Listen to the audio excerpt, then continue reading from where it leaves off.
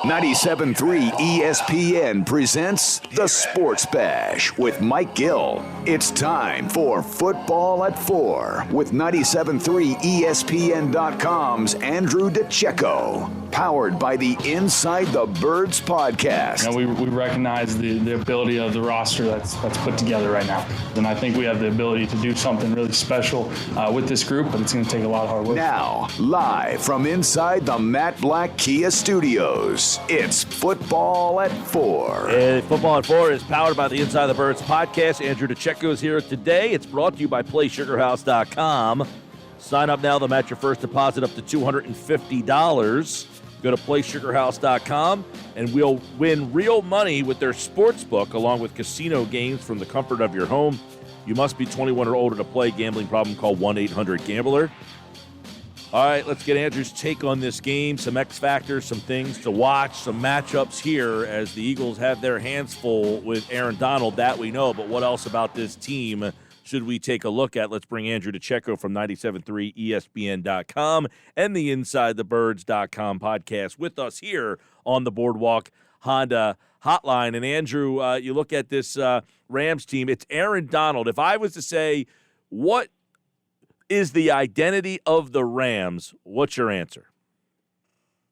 Their identity is their aerial attack right now. Todd Gurley's no longer there. They have a young backfield with Malcolm Brown, Cam Akers, and Darrell Henderson, but they do have the nucleus of receivers in Robert Woods, Cooper Kupp, and they have Josh Reynolds and a young Van Jefferson, who I do anticipate them utilizing frequently on Sunday.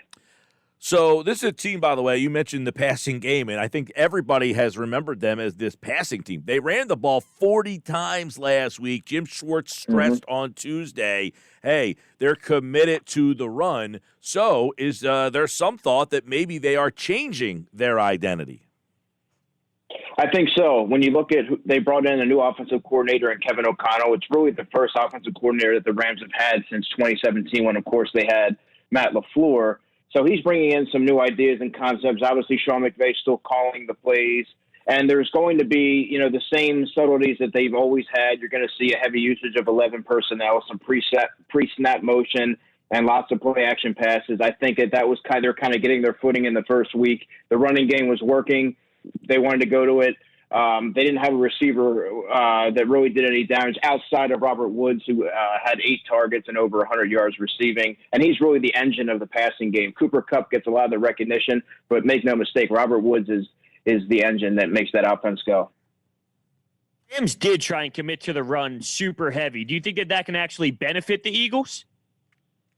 I do, but the more I think of it is, the Eagles may not be fully equipped to even stop the run. Let's not forget that Vinny Curry, one of the best run-defending linemen that the Eagles have, is out for the foreseeable future with injury. Derek Barnett and Brandon Graham both listed as questionable. You're going to have to rely on guys like Casey Toohill, Josh Sweat for increased snaps. Casey Toohill in his first NFL game. You might have to promote Joe Ostman from the practice squad tomorrow. We'll find out. There's going to be a lot of – and Jannard Avery's not really equipped to handle the running game. He's very undersized, about 250 pounds. He's more of a speed edge rusher rather than a primary run-defending defensive end. So, I mean, but the encouraging news that we just heard is that Javon Hargrave was a full participant today. So all signs point to him playing, which they really need. Obviously, Malik Jackson had played really well last week. He gives them that flexibility to play inside and outside, but also having Javon Hargrave there. You have Hassan Ridgeway. They're going to have some guys there, but they're going to be really light on the edge. Yeah, I just saw this, that Hargrave was a full participant. Number one, how much of a surprise is that? And number two, I mean, Malik Jackson played really well. Obviously, Fletcher Cox is not coming out of the lineup all that much. But so what does getting Hargrave back bring to this defense? They played well last week. They gave up 27, so you might think, they didn't play that well. They gave up 27, but for yardage-wise, they didn't give up all that much because they kept getting short field. So what does the return of Hargrave mean to this defense? It means a lot to the defense. I mean, I do anticipate him starting, but I don't know that he's ready to full-on take on, a full slate of snaps. I think we'll have to be in a rotation with Malik Jackson. Remember, Hargrave hasn't played in nearly a month, but probably about a month now, with that pec injury and hamstring injury. So it is kind of miraculous to see him ready to go for this Sunday, and they really need him when you look at there, and there's a lot of opportunity here. When you look at particularly the left side of the Rams offensive line with 38-year-old Andrew Whitworth at left tackle. You have Austin Blythe at center, who can play both guard positions, and he plays center, but he's a little bit undersized and not as athletic. And Austin Corbett, the right guard. There's going to be some opportunity there to really get some interior rush going and really disrupt the backfield and the running game. And they really need all bodies there to be able to do that. So that's definitely encouraging. If need be, due to injuries like Brandon Graham and the concussion and Derek Barnett, although it does seem like he's on the right path. But if anything does happen, do you see a scenario where maybe Malik Jackson plays the outside? Yeah, and I really do think that he would have to in that scenario because then all of a sudden you're looking at guys like Casey Tuhill, who's never taken an NFL snap. I mean, it would just be his second NFL game. He wasn't active last week. But it's not fair to ask somebody like that to play 20 snaps and play at a high level. And then you also have probably Joe Osman, who's going to have to be playing in his first NFL game. There's just going to be a sheer lack of bodies there. And I think that you really need to add a veteran guy because, we've mentioned it on the InsideTheBirds.com articles, and also they mentioned it on the podcast. Josh Sweat's not really equipped to play over 50 snaps. He played a career-high 49 snaps last week. But he has a history of the knee injuries dating back to high school, not really equipped to be able to play a lot of snaps like that over a long period of time. He obviously is very productive when he's been out there, but in order to sustain his effectiveness, I think that they really need to get a rotation going and get some guys healthy. Andrew Dicecco is with us here for Football at 4, Eagles and Rams. That's some good news with, obviously, Hargrave, Derek Barnett, as we mentioned, full participant as well, as Andrew mentioned, Brandon Graham, full participant as well. So it looks like the Eagles, there was a lot of questions earlier in the week when we had you on, Andrew, about who's going to play defensive end. It looks like Barnett and Graham and Hargrave answer some of our questions there. Let's look at some of the other key injury stuff here, and that would be the obvious return of Lane Johnson. Now, today, Doug Pederson said Nate Herbig will start at right guard. So how about that matchup for Herbig? Do you anticipate the Rams giving him a lot of Aaron Donald? Yeah, I sure do. And the first thing I thought of, I anticipate a lot of stunting with Aaron Donald, pressuring that side. They're going to test Lane Johnson and his ankle. He's not going to be 100%, but like we talked about, Lane Johnson at 85 or 90%, you'll certainly take that. That's better than most right tackles in football. But they're definitely going to take advantage of that. They're going to take advantage of Nate Herbig. Jason Kelsey's role in this game becomes even more important than it has in recent year and over the past year, because now he has to kind of control that because they have Michael Brockers and they have, of course, Aaron Donald, two guys that like to get a lot of penetration. So he's going to also have to aid Nate Herbig, who's going to have his hands full with Michael Brockers and those guys. So he's going to have a lot on his plate. Jason Kelsey is, and then, Nate Herbig's he's going to definitely be in for a long afternoon in a second NFL start. Do you think Brown, who they just acquired off Chicago's practice squad, has a legit chance in the near future of maybe taking that spot away from Herbig? Oh, yeah, absolutely. Let's not forget that he's played in 60 NFL games. Jamon Brown did, and including 41 starts. Once he gets the blocking schemes down and the concepts that the Eagles are implementing, I think that you'll see him become that starter. And you really need a veteran in there. You have a veteran offensive line, and the guy who has so much experience like he does, I think it's only a matter of time before he unseats Nate Herbig. I'm interested to get your take now on, last week, you look at the Eagles secondary, and last week I thought they did a pretty good job. Slay, I thought pretty much lived up to the hype. Maddox, I thought, played pretty well. And Nikel Roby-Coleman, who's facing his former team. So I'm interested to get your take on that matchup in the secondary. You mentioned Woods. Cooper Kupp is a bigger slot guy.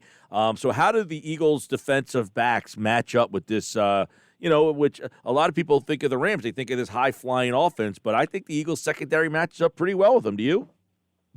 I do. And last week, they really showed up, and they impressed me in certain areas. Avonte Maddox, in particular, on veteran Dontrell Inman, who was about 6'3". He goes about 6'3". I thought Maddox did a nice job there. Obviously, Darius Slay was as advertised last week. Only surrendered 2 catches for 26 yards to Terry McLaurin. That was impressive. Actually, the guy who I thought was going to have the best game out of all of them was Nikel Roby-Coleman, and he surrendered, I believe it was 5 catches or so to Steven Sims Jr. but not for many yards. Not for many yards. I thought he held up decently, but he's going to have a particular challenge this week going against the 6'3" Josh Reynolds and Van Jefferson, who I felt going into the draft that he was the most accomplished route runner in the entire draft. Obviously, Sean Jefferson's son, and he has a lot of upside as a vertical slot. He's going to be a factor in this game. I do think Vontae Maddox is going to take on Cooper Kupp on the outside, and I think Slay is going to handle Robert Woods. And Robert Woods isn't going to wow everybody with this tremendous speed, but he has fantastic body control. He's a terrific route runner. He's a route salesman, and he's very savvy. And in my opinion, Robert Woods is one of the most underrated wide receivers in football. So I think that, obviously last week he was the guy that they were going to. He had 8 targets. So I think that Slay's going to trail him. Last week, the Rams ran it 40 times. We've talked about that. What you think of the Eagle linebackers last week and how they match up with the run game here? Because one concern I would have is if the Rams stick committed to the run and run it 40 times. Like, the Eagles might do a good job at stopping the run, but could it wear them down as that game goes on with those smaller linebackers? What did you think of the linebackers last week? Because I know that's an area you wanted to keep your eye on. Yeah, I thought the linebackers were fine. They didn't really do anything to stand out. They were rather uninspiring. Obviously they kind of struggled with Logan Thomas over the middle there. They're going to struggle this week in the running game, especially if you're missing, Brandon Graham or Derek Barnett or possibly both, because then all of a sudden, you might get some penetration there with Fletcher Cox and Javon Hargrave, but over time, they're going to get to that second level and they're going to wear on those guys. And that's where having those smaller linebackers that move very well laterally, and play well in coverage, they're not going to hold up very well against the run. That's where a guy like TJ Edwards really would come into play there. How do you feel about the coaching matchup? I know it's hard to say this now after last week, but look, Doug Pederson and Jim Schwartz, they have a good record against Sean McVay and this team. Yeah, Doug Pederson has Sean McVay's number. There's no doubt about it. Sean McVay came out like gangbusters. That's all, like in his first couple of seasons there at the Rams. He was known as being this fantastic innovator, this brilliant offensive mind. And for a while there, he was. But over the past year or so, it's felt like the league really caught up to him.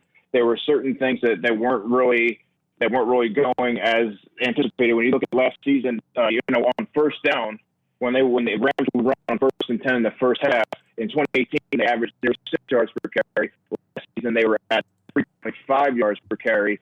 They couldn't get anything going. Their offensive line was ravaged by injuries. They couldn't hit on a lot of these deep balls, and they just kept going back to the well. Much like what you saw last week with the Eagles, there was a lot of different things there that McVay wasn't altering his style, and he proved to be a little bit stubborn in his concepts and approach. And I think that's what kind of was ultimately their detriment last season.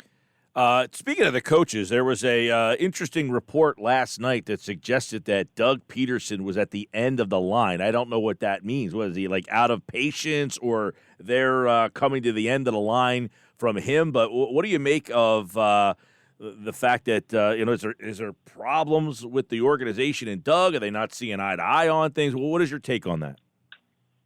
Yeah, Jeff sent me a text last night, and we both agree that was one of the weirdest reports that we've seen. Just the wording and just the whole point of that. I listened to the verbal part of it. I mean, they were talking kind of back and forth in a podcast, and they just ran. Oh, he's at the end of the line, and it was at the end of the line. It was no reference as to what. Yeah, and that to me sounds more like an opinion. You could really make a case that every coach is at the end of the line. You can't really base things off of one game. I think that's like in Philadelphia when they lose one game, fans are of the belief that they lost. You would have thought they lost 7 games. I think everything's kind of blown out of proportion after one game, and this kind of stuff, this kind of chatter gets kind of died down when they get back on track this week and hopefully pick up a victory. Yeah, I mean, look, I don't think anybody thought that Doug did a great job in the first game. I don't know. He's been a little testy, but he's been testy in the past after they lost games, right? I mean, he has been a little terse this week. Yeah, I've noticed that. Very short. Yeah, well, and he's been like in the past when they've lost and they've had some stretches. Look, the last 2 years they have not got off to great starts, and he was frustrated, and then they played well in the second half of the season. But I want to ask you about the importance of this game because, yeah, you have Cincinnati next week. week, and they're just what they are. But you got a stretch of San Fran, Baltimore, Pittsburgh coming up. What does that do to the importance of this? I hate to say week 2.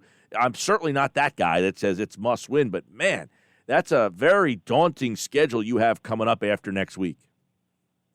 Yeah, and I'm with you. I'm one of those guys that I hate to call any game a must win, but when you look at the slate of games that are to follow, it doesn't get any easier. You cannot afford to go 0-2 if you're the Eagles. When you look at like you said, they pretty much have a murderer's row of teams that are coming after the Bengals. So you had to have last week. You really did, and they couldn't afford to let that slip away. But that's in the past now. They have to move forward, and I do think that they're going to come away with a victory this week. But yet, I mean, they to go 0-2 and really face those games. That's going to be a challenge to kind of rebound and get out of that hole. Now, we heard Carson Wentz say Aaron Donald's a monster. He's a game wrecker. So what do the Eagles do to kind of get away? I mean, they've handled him well in the past, Andrew. He's played 3 games.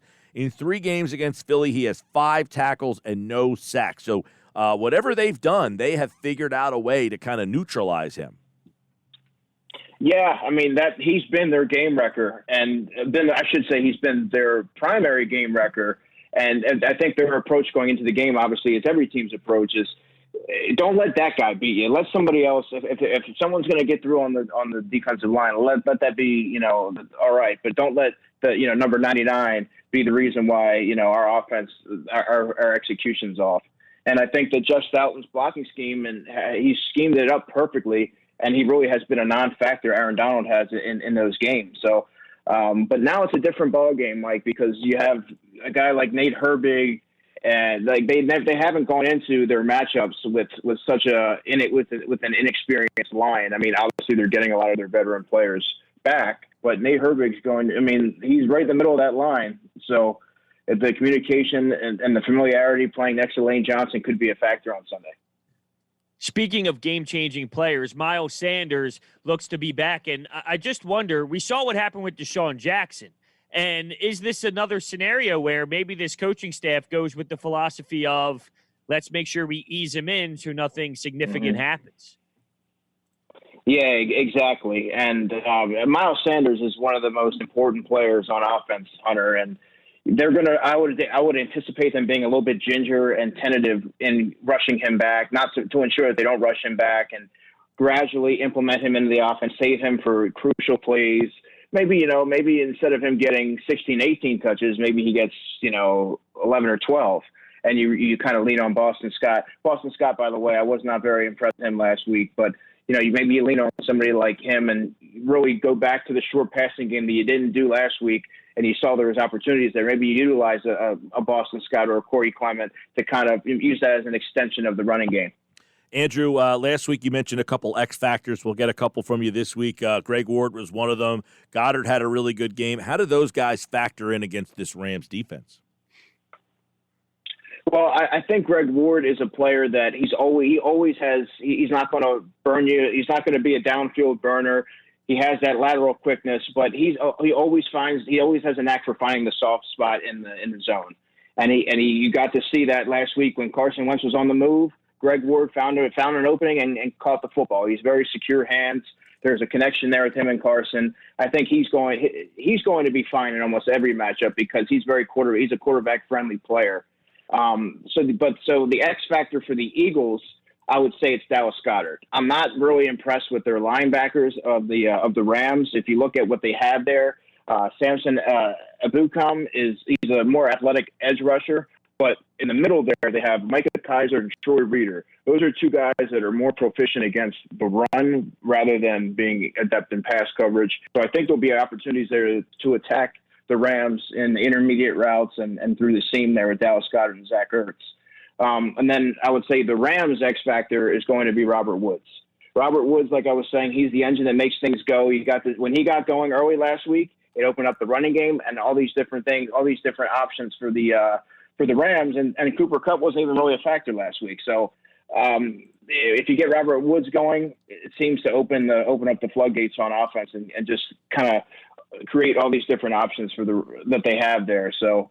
Robert Woods and Tyler Higbee, the tight end, and Gerald Everett as well. So Yeah, Higbee's a guy that, they use a lot in that offense as well. Andrew Dicecco will get his pick for the game coming up in just a second here on the Sports Bash. Football at 4 on 97.3 ESPN, the Eagles and the Rams this Sunday. You can hear the game right here on 97.3 ESPN. And if there is a spot that you would consider a weak spot for the Rams that the Eagles can go after, what's that? I think the Eagles can go after I think they can go after the middle, their second level of their defense. The linebackers, like I said, they don't move particularly well. I think you can get the running backs in space, you can get the tight ends in space.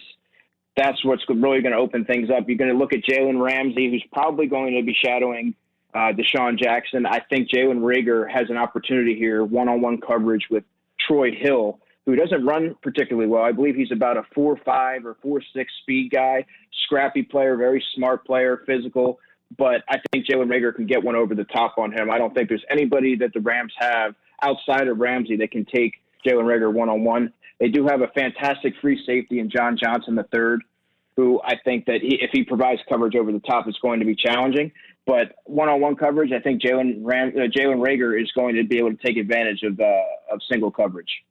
All right, and obviously you can hear the game here. We'll get your take and pick on the game in just 1 second. Don't forget, we'll have Lindsey Theory, who covers the Rams, for more on these matchups coming up in about 8 minutes from now. But, Andrew, give us your pick. Who wins and why?